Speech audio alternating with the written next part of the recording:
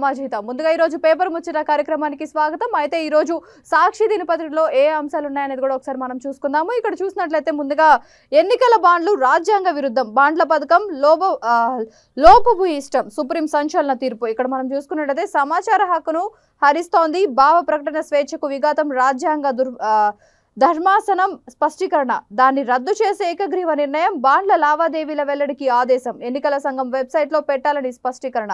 అలానే ఇక్కడ ఇంకొకటి చూసుకున్నట్లయితే నీటిపారుదలపై శ్వేతపత్రం, అలానే నేడు శాసనసభలో ప్రభుత్వం విడుదల చేసే అవకాశం, కులగణన తీర్మానం ప్రవేశపెట్టనున్న మంత్రి పొన్నం ప్రభాకర్, ద్రవ్య వినిమయ బిల్లులకు శాసనసభ ఆమోదం. అలానే ఇక్కడ ఇంకొకటి చూసుకున్నట్లయితే రీ ఇంజనీరింగ్ తో 122% పెరిగిన వ్యయం. అలానే ఇక్కడ 2023 నాటికి కట్టాల్సింది 2.5 లక్షల కోట్లు అని చెప్పేసి ఇచ్చారు. అలానే ఇక్కడ ఇంకొకటి చూసుకున్నట్లయితే మహిళలకు ప్రతి కేటగిరీలో 33.3% రిజర్వేషన్లు. అలానే ఇక్కడ ట్రంప్ కంటే బైడెన్ నయం. అలానే ఇక్కడ ఇంకొకటి చూసుకున్నట్లయితే అమెరికాలో మరో భారతీయుడు హత్య అని కూడా ఇచ్చారు. అలానే ఇక్కడ ఇంకొకటి చూసుకుంటే ఉద్రిక్తమైన రైతన్నల ఉద్యమం, 3వ రోజుకు చేరిన ఢిల్లీ చలో రైతు ఉద్యమం. అలానే నేడు గ్రామీణ భారత్ బంద్ పాటించనున్న రైతులు, కార్మికులు. అలానే ఇక్కడ ఇంకోటి చూసుకున్నట్లయితే శాసనసభలో సెల్ ఫోన్లు వాడద్దు, సభ జరుగుతున్నప్పుడు మీడియా పాయింట్ వద్ద మాట్లాడద్దు, అసెంబ్లీ స్పీకర్ కీలక నిర్ణయం. అలానే ఇక్కడ ఇంకొక న్యూస్ చూసినట్లయితే ఉరితాళ్లు కట్టుకొని వేలాడిన ప్రజలు సానుభూతి చూపారు, పేదల కోసం పని చేస్తుంటే మామ అల్లుళ్ళు తిట్టిన తిట్టకుండా తిడుతున్నారు సీఎం రేవంత్ రెడ్డి.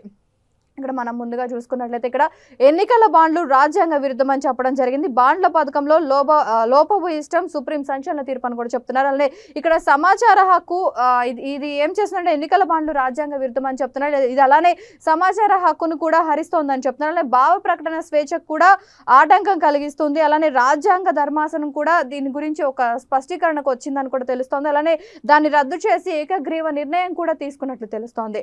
అలానే ఇక్కడ ఇంకొక దీనికి సంబంధించిన ఎన్నికల సంఘం వెబ్సైట్ లో కూడా ఈ స్పష్టీకరణను పెట్టాలని చెప్పేసి కూడా నిర్ణయం తీసుకున్నట్టు తెలుస్తోంది. అలానే ఇక్కడ ఇంకొకటి చూసుకున్నట్లయితే నీటిపారుదలపై శ్వేతపత్రం, నేడు శాసనసభలో ప్రభుత్వం విడుదల చేసే అవకాశం, కులగణన తీర్మానం ప్రవేశపెట్టనున్న మంత్రి పొన్నం ప్రభాకర్. అలానే ఇక్కడ చూసినట్లయితే నేడు శాసనసభలో ప్రభుత్వం నీటిపారుదలపై ఒక శ్వేతపత్రం అనేది విడుదల చేయడానికి రెడీగా ఉన్నట్లు తెలుస్తోంది. అలానే ఇక్కడ కులగణన తీర్మానం కూడా ప్రవేశపెడుతున్నారు పొన్నం ప్రభాకర్ అని కూడా తెలుస్తోంది. అలానే ఇక్కడ ద్రవ్య వినిమయ బిల్లులకు శాసనసభ ఆమోదం తెలిపే అవకాశం కూడా కనిపిస్తోంది.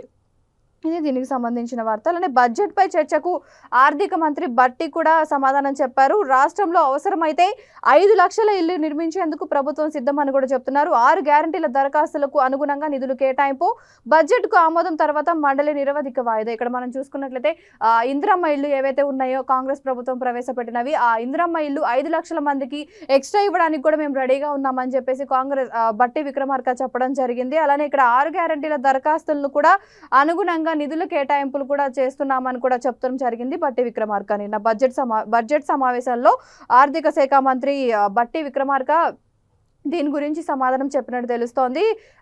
ఇందిరమ్మ ఇళ్ల గురించి ఒకటి, అలానే 6 గ్యారంటీలు తప్పకుండా అమలు చేస్తాము, దానికి కావాల్సిన సర్దుబాటు కూడా చేసుకుంటున్నాము, బడ్జెట్ సర్దుబాటు అని కూడా చెప్తున్నారు. ఇది దీనికి సంబంధించిన వార్త. అలానే ఇప్పుడు ఇంకొక న్యూస్ చూసుకున్నట్లయితే ఉద్రిక్తమైన రైతన్నల ఉద్యమం, 3వ రోజుకు చేరిన ఢిల్లీ చలో రైతు ఉద్యమం, నేడు గ్రామీణ భారత్ బంద్ పాటించనున్న రైతులు, కార్మికులు. మనం 2 డేస్ నుంచి చూస్తూనే ఉన్నాము, మనం మాట్లాడుకుంటూనే ఉన్నాము.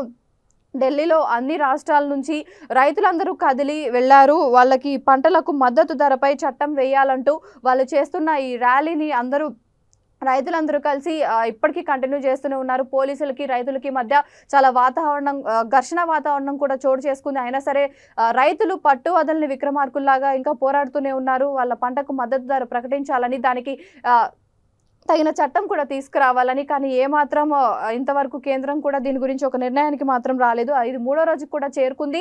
ఇప్పటికే ఢిల్లీ చలో రైతు ఉద్యమం, నేడు గ్రామీణ భారత్ బంద్ కూడా పాటించనున్నారు రైతులు, అలానే కార్మికులు కూడా. ఇది దీనికి సంబంధించిన వార్త. అలానే ఇప్పుడు ఇంకొకటి చూసుకున్నట్లయితే శాసనసభలో సెల్ ఫోన్లు వాడద్దు, సభ జరుగుతున్నప్పుడు మీడియా పాయింట్ వద్ద కూడా వెళ్ళొద్దు, అలానే అసెంబ్లీ స్పీకర్ కీలక నిర్ణయం తీసుకున్నట్టు తెలుస్తుంది. ఇక్కడ మనం చూసుకున్నట్లయితే నిన్న మొన్న చూసుకుంటూనే ఉన్నాం మనము, బీఆర్ఎస్ కార్యకర్తలు, బీఆర్ఎస్ ఎమ్మెల్యేలు అక్కడికి వెళ్ళి మంత్రులు, ఎమ్మెల్యేలు కూర్చొని ఎక్కడైతే మీడియా పాయింట్ వద్ద కూర్చొని నిరసనలు చేపట్టారో అక్కడ అలా చెయ్యొద్దు అని కూడా చెప్పడం జరిగింది.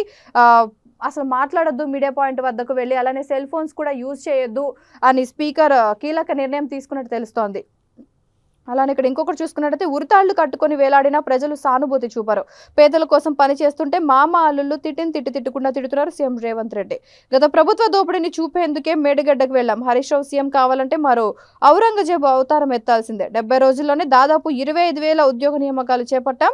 గురుకుల ఉపాధ్యాయ నియామక పత్రాలు అందజేసిన ముఖ్యమంత్రి. ఇక్కడ మనం చూసుకున్నట్లయితే ఉరితాళ్లు కట్టుకొని వేలాడినా సరే ప్రజలు మిమ్మల్ని నమ్మరు అని చెప్పేసి రేవంత్ రెడ్డి కేసీఆర్ మీద కొన్ని కీలక వ్యాఖ్యలు చేయడం జరిగింది. ఇక్కడ చూసుకున్నట్లయితే ఒకరి మీద ఒకరు మేడిగడ్డ తర్వాత నుంచే కాదు రేవంత్ రెడ్డి సీఎం అయిన దగ్గర నుంచి కూడా ఒకరి మీద ఒకరు వ్యాఖ్యలు చేసుకుంటూనే ఉన్నారు, కౌంటర్లు ఇచ్చుకుంటూనే ఉన్నారు. అయితే తాజాగా మనం చూసుకున్నట్లయితే సీఎం రేవంత్ రెడ్డి మేడిగడ్డను కూడా పరిశీలించడం జరిగింది.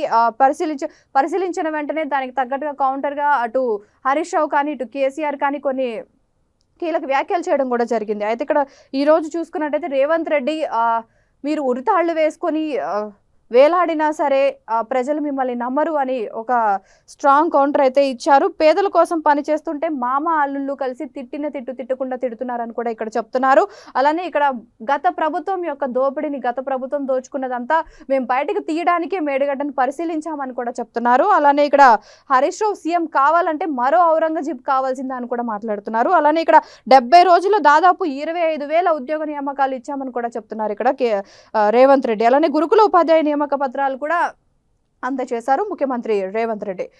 ఇది దీనికి సంబంధించిన వార్త. అలానే ఇప్పుడు ఇంకొకటి చూసుకున్నట్లయితే మహిళలకు ప్రతి కేటగిరీలో 33.3% రిజర్వేషన్లు ఇవ్వాలని చెప్తున్నారు. ప్రభుత్వ ఉద్యోగ నియామకాల్లో మహిళలకు హారిజాంటల్ పద్ధతిలో 33% రిజర్వేషన్లు అమలు చేయాలని ప్రభుత్వం నిర్ణయించిన విషయం తెలిసిందే. అందుకు అనుగుణంగా రాష్ట్ర మహిళా అభివృద్ధి శిశు సంక్షేమ శాఖ కార్యదర్శి వాకాటి కరుణ తాజాగా ఉత్తర్వులు జారీ చేశారు. ఇక్కడ మనం చూసుకున్నట్లయితే మహిళలకు ప్రతి కేటగిరీలో కూడా 33.3% రిజర్వేషన్ ఇవ్వాలి అని చెప్పేసి చెప్తున్నారు. దీనికి తగిన ఉత్తర్వులు కూడా నిన్న రాష్ట్ర మహిళా అభివృద్ధి అలానే శిశు సంక్షేమ శాఖ కార్యదర్శి వాకాటి కరుణ తాజాగా దీనికి సంబంధించిన ఉత్తర్వులు కూడా జారీ చేసినట్టు తెలుస్తోంది. చూశారు కదా, ఇవి సాక్షి దినపత్రికలో ఉన్న ప్రధాన అంశాలు. ఇవాల్టి పేపర్ ముచ్చట కార్యక్రమం ఇంతటితో సమాప్తం. మరొక పేపర్ ముచ్చట కార్యక్రమంతో మళ్ళీ కలుద్దాం. అంతవరకు చూస్తూనే ఉండండి V3 న్యూస్ లక్ష్యం సమాజహితం.